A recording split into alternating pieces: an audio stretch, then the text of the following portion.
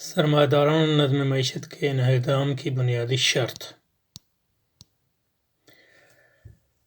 سرمایہ داری ایک ایسا مکمل اور خود کفیل نظم حیات ہے، نظام حیات یعنی نظم حیات یا نظام حیات اور طرز زندگی ہے جو پوری دنیا پر غالب ہے۔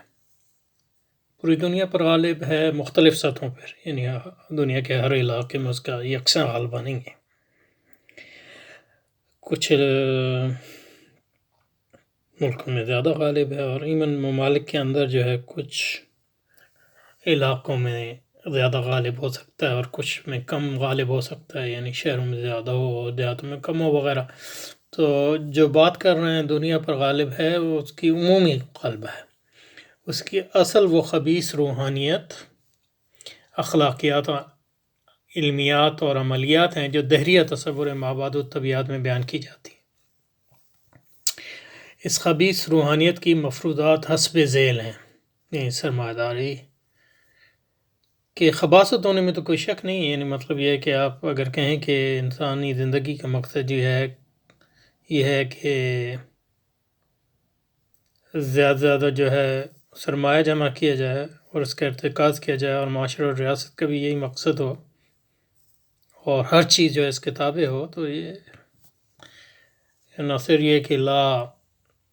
غیر عقلی اور غیر فطری نظام ہے بلکہ مانو ایک خباثت ہے، کیونکہ یہ جو ہے انسان کو جو ہے لافانی بنانے اور انسان کی تہدید کو جو ہے اس کو حدود کو جو ہے سے ماورا جانے کی ایک کوشش ہے۔ اس خبیث روحانیت کے مفروضات حسب ذیل ہیں۔ انسان ہیومن بینگ ہے، یعنی مطلب یہ ہے کہ ایک ایسا قائم بذات صمدی وجود ہے جو اپنی ذات اور کائنات خود تخلیق کرتا ہے۔ تو اس میں بنیادی جو چیز ہے وہ آزادی ہے قدر کے طور پہ، اور اس کا جو اظہار ہے وہ خواہشات ہیں، اور بنیادی جو مفروضہ ہے وہ یہ ہے کہ ان خواہشات پہ کوئی قدغن نہیں ہونی چاہیے، اور جہاں وہ قدغن لگائی بھی جائے گی تو اس کی یا تو اس لیے ہو کہ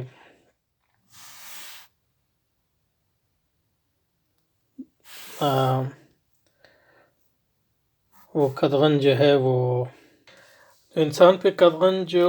اس کی خواہشات ہیں اس پہ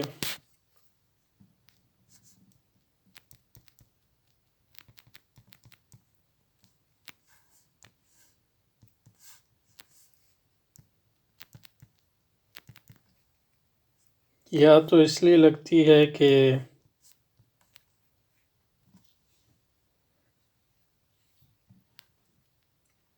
اس کی وسائل کی تحدید کے نتیجے، وسائل محدود ہیں،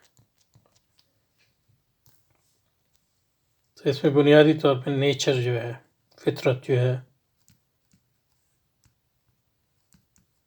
اور دوسرے جو حیوانات ہیں وہ انسان کی خواہشات پہ قدم، تو ان قدغن کو دور کرنے کی جو کوشش ہے وہ بس ٹیکنالوجی ہے اور سرمایہ کی بڑھوتری ہے، اور یہ سرمایہ داری کا بنیادی وظیفہ ہے۔ اور دوسری جو ہے قدغن خدا کی طرف سے ہو یا دوسرے نظریات کی بنیاد پہ ہو، اور یا دوسرے انسانوں کی طرف سے قدغن ہو، اور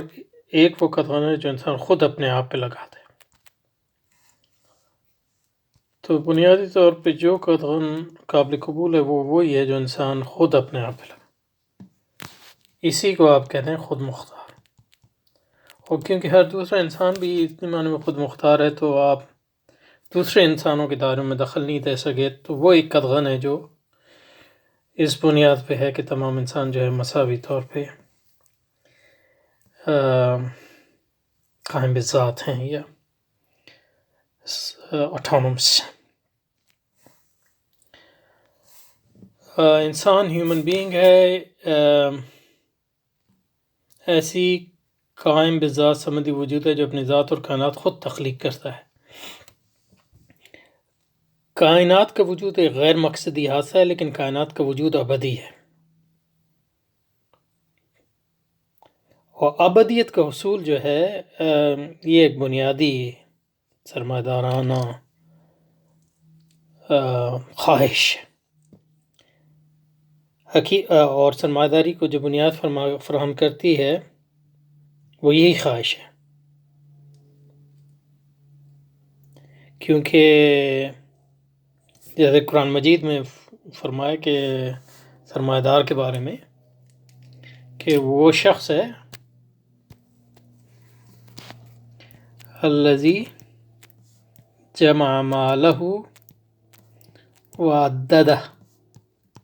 یعنی مال جمع کرتا ہے، اس کو گنتا ہے، تو اس سے یہ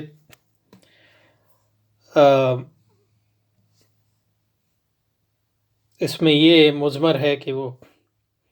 آپ جمع مال کو اگر اس کے گننے کے ساتھ کر دیں تو یہ تکاثر کا متقاضی ہے، اور یہ تکاثر جو ہے یہی جو ہے کیپٹل ہے یا سرمایہ ہے، یعنی کثرت کی خواہش۔ لیکن اس میں جو بنیادی آگے بات قرآن مجید نے فرمایا الذی جمع مالہ وعددہ،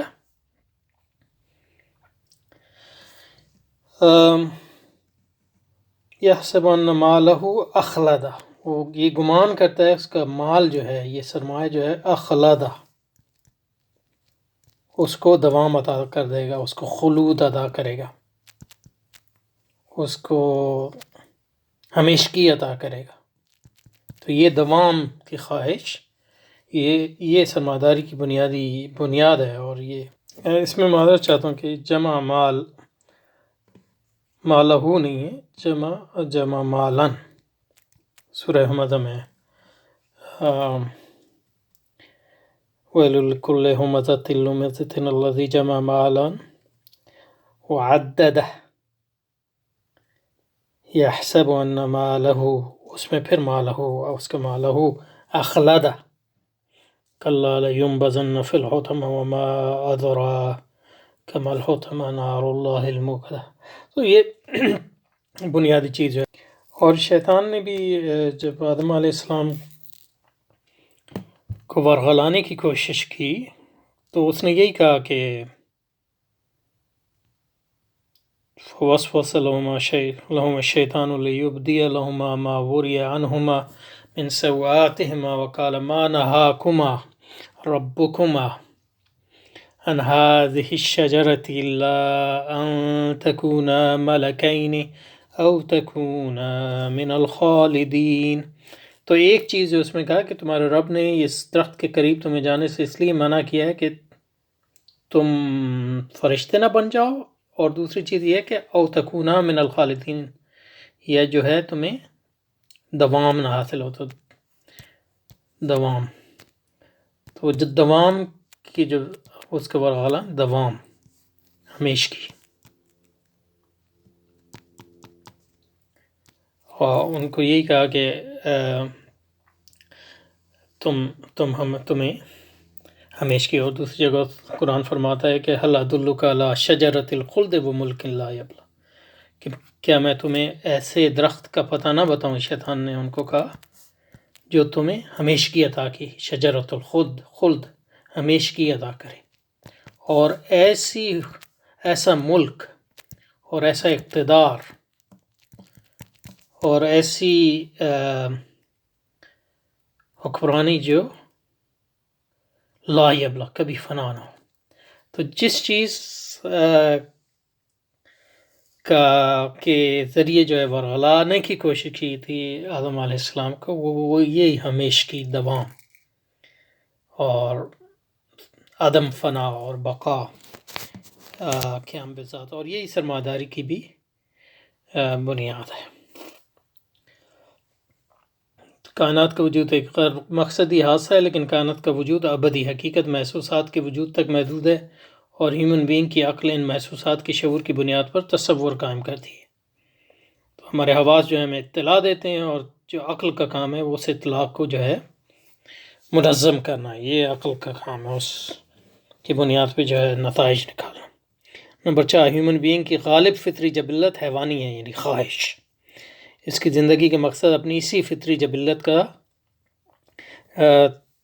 تصرف فی الارض کے ذریعے، یعنی دنیا پر غلبے کے ذریعے اور ٹیکنالوجی کے ذریعے سے زیادہ اس کو پورا کرنا ہے۔ عقل اسی فطری جبلت یعنی خواہش یا نفس امارہ کی غلام ہے۔ وہ ایسے اخلاقی اصول اور عملی طریقے وضع کرتی ہے جس کے ذریعے سے زیادہ ہیومن بینگ زیادہ کائنات پر غالب تصرف کرنے کے قابل ہو جائیں، اور تصرف کی شرط یہ ہے کہ کائنات جو ہے آپ کی خواہشات کی تکمیل کا ذریعہ ہو۔ ان عقائد کی بنیاد پر سرمایہ دارانہ انفرادیت اور معاشرت قائم ہوتی ہے۔ یہ ایک ایسی انفرادیت اور معاشرت ہوتی ہے جہاں حرص اور حسد اور شہوت اور غضب غالب تمدنی محرکات کا کردار ادا کرتے ہیں۔ حرص یہ جمع مال، اور حسد یہ کمپٹیشن، اور شہوت یہ بھی حرص کی ایک شاخ ہے، اور غضب جو ہے وہ بھی مطلب یہ کہ یہ ساری مطلب یہ کہ اخلاق رذیلہ، جبکہ اسلامی روحانیت اس کی بالکل الٹ ہے۔ اس کا مقصد یہ ہے کہ حرص اور حسد اور شہوت اور غضب یا کم سے کم ہو یا ختم ہو جائے۔ زیادہ انسان ہم ہیومن بینگ بنتے رہتے ہیں اور اپنے قلب اور اپنی عقل کو اپنے نفس امارہ کے سپرد کرتے رہتے ہیں۔ اس فاسد عقیدے کو عملی جامہ پہناتے رہتے ہیں کہ معقول بات یہی ہے کہ اپنے عمل کے ذریعے اپنے اور اپنے معاشرے کی نفسانی خواہشات کو پورا کیا جاتا رہے۔ تو یعنی خواہش پورا کرنا، یعنی کہ خواہش بدل جائے۔ سرمایہ داران معاشروں میں قومی مفاد اسی چیز کو کہتے ہیں۔ ظاہر ہے کہ کسی اسلامی ریاست کے لیے اس تصور قومی مفاد کو قبول کرنا ناممکن ہے، کیونکہ نفسانی خواہشات کو پورا کرنا نہیں بلکہ نفسانی خواہشات کو محدود کرنا اور ان کو تابع امر الہی کرنا، اور وہ جو ہے اور نفس امارہ کو نفس لوامہ اور نفس مطمئنہ کے ماتحت رکھنا، یہ اسلامی انفرادیت کا بھی یہی مقصد ہے، اور اسلامی معاشرت کا بھی یہی مقصد ہے، اور اسلامی ریاست کا بھی یہی مقصد ہے۔ امارت اسلامیہ کی قیام اور کارفرمائی کا مقصد تمتع فی الارض میں مستقل اضافہ نہیں، یعنی دنیا پر غلبہ نہیں ہے۔ اس لیے دیکھیں کہ رسول اکرم جب فتح مکہ ہوا تو یعنی سجدے کی حالت میں اپنے سواری پر سجدے کی حالت میں اور اپنے سر مبارک کو جھکائے ہوئے داخل ہوئے ہیں، کیونکہ تکبر صرف اللہ تعالیٰ کی ذات کے لیے اور بڑائی اور کبریائی اسی کے لیے۔ امارت اسلامیہ کے قیام اور کارفرمائی کا مقصد غلبہ نہیں ہے اور اپنے تصرف الارض نہیں ہے۔ اس کا مقصد یہ ہے کہ تمام باشندوں کے لیے اخروی نجات کا، تو یہ بنیادی مقصد ہے امارت۔ لہذا امارت اسلام کو ایسی انفرادیت اور معاشرت قائم کرنے کی کوشش کرنا ہے جس میں اخروی کامیابی کا حصول اصل محرک عمل ہو، اور ہر چیز جو ہے اس کے تابع ہو، یعنی خواہشات کی تکمیل حلال طریقے سے وہ بھی اس کے تابع۔ اس کی قومی معاشی پالیسی کا یہی اصل ہدف ہے۔ اصل محرک یہ نہیں ہے کہ لوگ زیادہ لوگوں کی خواہشات پورے ہوں، بلکہ اصل مقصد یہ لوگوں کی خواہشات جو ہیں خدا کی خواہشات کے تابع ہو جائیں، ان کی خواہشات جو ہیں کم سے کم ہوں، تاکہ وہ نفس مطمئنہ حاصل کر سکیں۔ سلطنت عثمانی کے سقوط تک پورے 1200 سال میں ہر اسلامی ریاست نے ایسی ہی معاشی پالیسی اختیار کی، اور ان کے باشندے عموماً عمل معاش کو معاد کمانے کا ایک ذریعہ ہی گردانتے رہے۔ یعنی مطلب یہ معاش کا مقصد یہ ہے کہ آپ اپنی جائز ضروریات پوری کریں تاکہ جو ہے آپ عبادت رب کے قابل ہو سکیں، جہاد کے قابل ہو سکیں، اور انفاق کے قابل ہو سکیں۔ اس کا یہ مقصد نہیں ہے کہ آپ کی خواہشات جتنی ہیں وہ ساری پوری، اور خواہش اور ضرورت میں بنیادی فرق ہے، کیونکہ ضرورت تو وہ ہے جو جسم کو، یعنی مطلب یہ ہے کہ قائم رکھنے کے لیے ضروری ہے۔ خواہشات تو لامحدود ہیں انسان کی، ہزاروں خواہشیں ایسی کہ ہر خواہش پہ دم نکلے، بہت نکلے میرا ارمان لیکن پھر بھی کم نکلے۔ تو خواہش اور ضرورت میں بنیادی فرق ہے۔ انسان ضرورت یہ نہیں، اس کا کھانا اور پینا اور مکان، یہ اس کی بنیادی ضرورت، لیکن خواہشیں تو ایسی ہیں کہ مطلب لوگوں ختم نہیں ہوتی۔ لہذا مسلم معاشروں میں حرص اور ہوس عام نہ ہوا اور اسلامی انفرادیت فروغ پرت، لیکن 19ویں صدی میں سرمایہ دارانہ سامراجی غلبے نے اسلامی معیشتوں کو تباہ کر دیا۔ سامراجی غلبہ محض عسکری اور سیاسی نہ تھا، روحانی اور علمیاتی بھی تھا، یعنی مطلب یہ کہ نظام تعلیم بھی انہوں نے تبدیل کر دیا اور ثقافت بھی تبدیل کر دی۔ اس غلبے کے نتیجے میں ایک ایسی انفرادیت انڈیویجولزم معاشرے میں غالب آئی جو تصور فی الارض میں مستقل اضافے کو مقصد حیات گردانتی، یعنی غلبہ فطرت پر جو غلبہ اور ہر چیز جو آپ کی خواہش کے حال میں حائل ہے اس کو جو ہے اوورکم کرنا، یہ بنیادی مقصد بن جاتا ہے۔ اس انفرادیت کے معاشرتی ریاستی غلبے کے نتیجے میں دہریان عقلیت قابل مقبول عام ہوتی ہے، یعنی شیطانی عقلیت، کیونکہ شیطانی عقلیت ہی نے ورغلایا کہ جناب یہ جو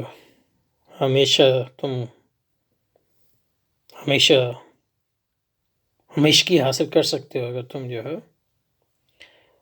کائنات پر جو ہے اپنی خواہشات کو غالب کر سکو تو، اور اس انفرادیت کی معاشرتی ریاستی غلبے کے نتیجے میں دہریانہ عقلیت کا مقبول عام ہوئی اور عوام میں بھی یہی نظریات عام ہو گیا کہ نفس امارہ کے احکامات کی مستقل غلامی کرتے رہنا عقل کا تقاضا ہے۔ جاہلی علم اکنامکس کے منہج نے معاش کا تعلق مواد سے بالکل منقطع کر دیا اور مسلم ممالک کے معاشی پالیسیاں اس خبیث منہج کی بنیاد پر مرتب ہونے لگی ہیں۔ ستم ظریفی یہ ہے کہ ترمیمی علماء نے سرمایہ دارانہ نظام کی اسلام کاری کا بیڑا اٹھایا اور ثابت کرنے کی کوشش کی کہ تصرف فی الارض کی مستقل جدوجہد کرتے رہنا شرعی حدود میں رہتے ہوئے جائز بلکہ مستحسن ہے۔ حالانکہ مطلب یہ ہے کہ رسول اللہ نے تو ہمیشہ خواہشات اور اسلام نظام تزکیہ جو ہمیشہ خواہشات کی تقلیل الطعام، تقلیل الکلام، تقلیل اخلاط مع الانام، یعنی ریڈیوسنگ یور ڈیزائر، یہ اسلامی روحانیت کی بنیاد ہے۔ اور زمین پر غلبہ جو ہے، زمین پر جو ہے انسانی غلبہ جو ہے وہ کوئی مقصود نہیں۔ اس معذرت خواہی کی پلید ترین شکل اسلامی بینکاری ہے۔ مولانا تقی عثمانی نے سود اور سٹے کی مارکیٹ کی لاتعداد کاروباری معاہدوں کا شرعی جواز بیان کیا اور ان معاہدوں پر عمل داری کے نتیجے میں ہر سال اربوں ڈالر مسلم ممالک سے کافروں کے بینکوں میں منتقل ہوتے رہتے ہیں، اور اسلامی بینکاری کا نظام بالخصوص ملائیشیا اور عرب ممالک میں عالمی سودی اور سٹے بازاری کے کاروبار کا جزو لا ینفک بن گیا ہے۔ آج مولانا تقی عثمانی افغانستان میں اسلامی بینکاری کے فروغ کی جدوجہد کر رہے ہیں۔ اگر وہ اس کوشش میں کامیاب ہو گئے تو یقیناً امارت اسلامیہ عالمی سودی اور سٹے کے بازار کے نظام میں ضم ہو جائے گی۔ سود اور سٹے کے شرعی ہیلوں کا سہارا لے کر ایک اسلامی معیشت قائم نہیں کی جا سکتی۔ اسلامی معاشی نظام کے قیام کے لیے ضروری ہے کہ ایک ایسی انفرادیت عام ہو جو حرص اور حریص نہ ہو اور حاسد نہ ہو، اور جو معاشی عمل کو معاد کمانے کا ذریعہ سمجھے۔ یہ معیشت لازماً ایک جہادی معیشت ہوگی۔ معیشت کا مقصد یہ ہے غلبہ دین ہر سطح پر۔ جہادی معیشت کے خد و خال، جہادی معیشت کے قیام کا مقصد ایک ایسی انفرادیت کی عمومیت ہے، یعنی غلبہ ہے، جس کے معاشی عمل کا محرک اخروی کامیابی کا حصول ہوتا ہے۔ تصرف فی الارض کوئی اس کا مقصد نہیں ہے۔ نوعیت کی انفرادیت کا معاشرتی غلبہ دھیرے دھیرے اور بتدریج ہی قائم کیا جا سکتا ہے۔ سرمایہ دارانہ سامراج کے عالمی غلبے کے دور میں اس قسم کی انفرادیت کا فروغ ریاستی عمل ہی کا نتیجہ ہو سکتا ہے۔ مسلم معاشروں میں یہ سخت نہیں کہ اس نوعیت کی شخصیت کا نظاماتی غلبہ قائم کریں۔ تو مطلب یہ ہے کہ یہ خیال کہ ہم معاشرے اور ریاست سے کٹ کر ایسی شخصیت کا غلبہ کو قائم کر سکیں، یہ ممکن نہیں۔ امارت اسلامیہ کی ریاستی اشرافیہ یعنی طالبان اپنے 20 سال سے جاری عمل سے ثابت کر چکے ہیں کہ وہ حریص اور حاصل نہیں، دین کے لیے ہر قربانی دینے کو تیار ہیں اور معاد کو معاش پر ترجیح دیتے ہیں۔ اس انفرادیت کے فروغ کے لیے قومی معاشی منصوبہ بندی لازم ہے۔ اس منصوبہ بندی کے ذریعے معیشت کی ہر سطح پر جو ادارتی سب بندی کی جائے، اس میں طالبان، علماء، صوفیاء اور مخلصین دین کی قیادت قائم ہو۔ ملک گیر منصوبہ بندی کے اہداف: ملک کی جہادی استطاعت میں اضافہ، عوامی بنیادی ضروریات کی فراہمی۔ بنیادی ضروریات سے مراد خوراک، لباس، رہائش، توانائی اور تعلیم کی ضروریات ہیں۔ ان ضروریات میں مستقل اضافہ منصوبے کا ہدف نہ ہو، یعنی بنیادی ضروریات میں اضافہ نہ ہو، بنیادی جو ضرورتیں وہ کم سے کم ہوں اور ان کو پورا کیا جائے، بلکہ ضروریات زندگی میں اضافہ آبادی سے منسلک کیا جائے۔ ملکی معیشت تعیشات کا اخراج بھی بنیادی ضروریات زندگی کی فراہمی کے منصوبے کا حصہ ہو، یعنی تعیشات کو ختم کرنا، عیاشی کو ختم کرنا۔ منصوبہ بندی مادی وسائل کے تخمینوں کے مطابق ہو، ملک میں زرعی گردش یعنی سرکولیشن آف منی کے لحاظ سے نہ ہو، یعنی مادی وسائل کے تخمینوں کے مطابق ہو، یعنی جتنے آپ کے وسائل ہیں، کیونکہ زر جو ہے اتنا ہی گردش، زر جو ہے اس کے ثابت ہو کہ جتنی ہماری جو ہے مادی ذخائر ہیں، ورنہ جو ہے زر بذات خود جو ہے اس کی تو کوئی قدر نہیں ہے، اور اگر لوگ جو ہیں وہ زر اور اس کی گردش کے نظام میں لگ جائیں تو یہ ہرس کے اضافے کا باعث بنتا ہے ہر سطح پر معاشرے میں۔ اس لیے فرمایا الذی جمع مالہ وعددہ، تو یہ زرعی گردش ہے جو مادی وسائل اور بنیادی ضروریات سے ہٹ کر اس کی ایک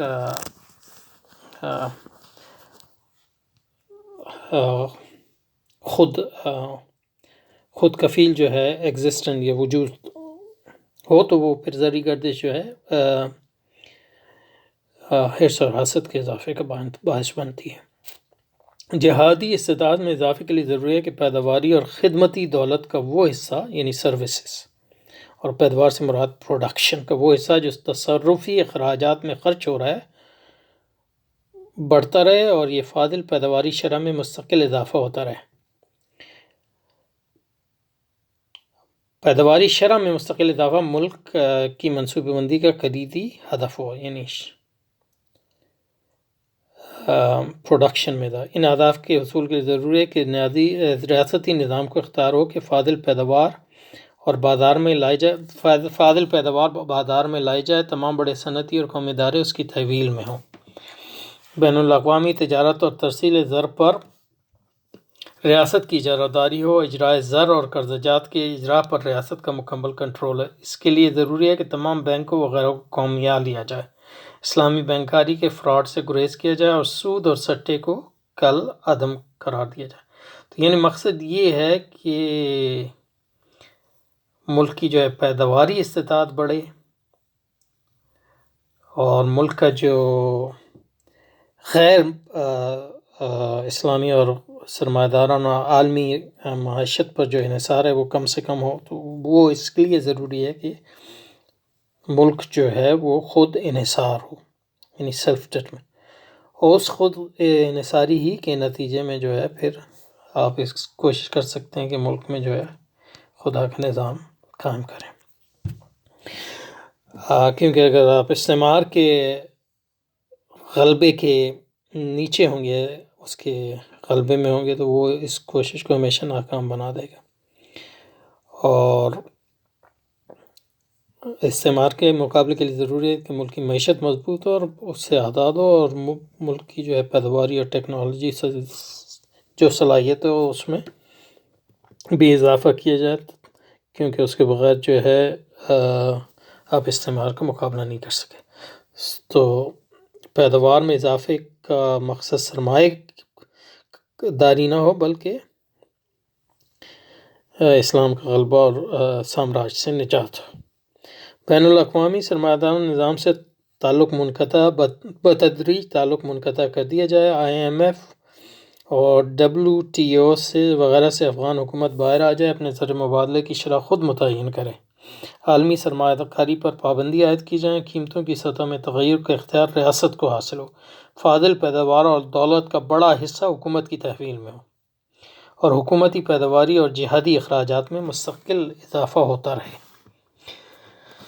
سامراج اور اس کے حلیفوں کی خواہش ہے کہ امارت اسلامیہ عالمی سرمایہ داری نظام میں ضم ہو جائے۔ اس مقصد کے حصول کے لیے وہ بھیک دینے کا وعدہ کرتے ہیں، اور اس بھیک کی فراہمی کی دو بنیادی شرطیں ہیں۔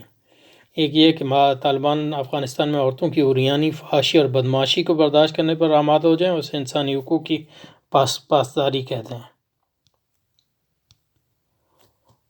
یہ اس پہ ختم ہو گیا میرا خیال ہے، جی جاری ہے۔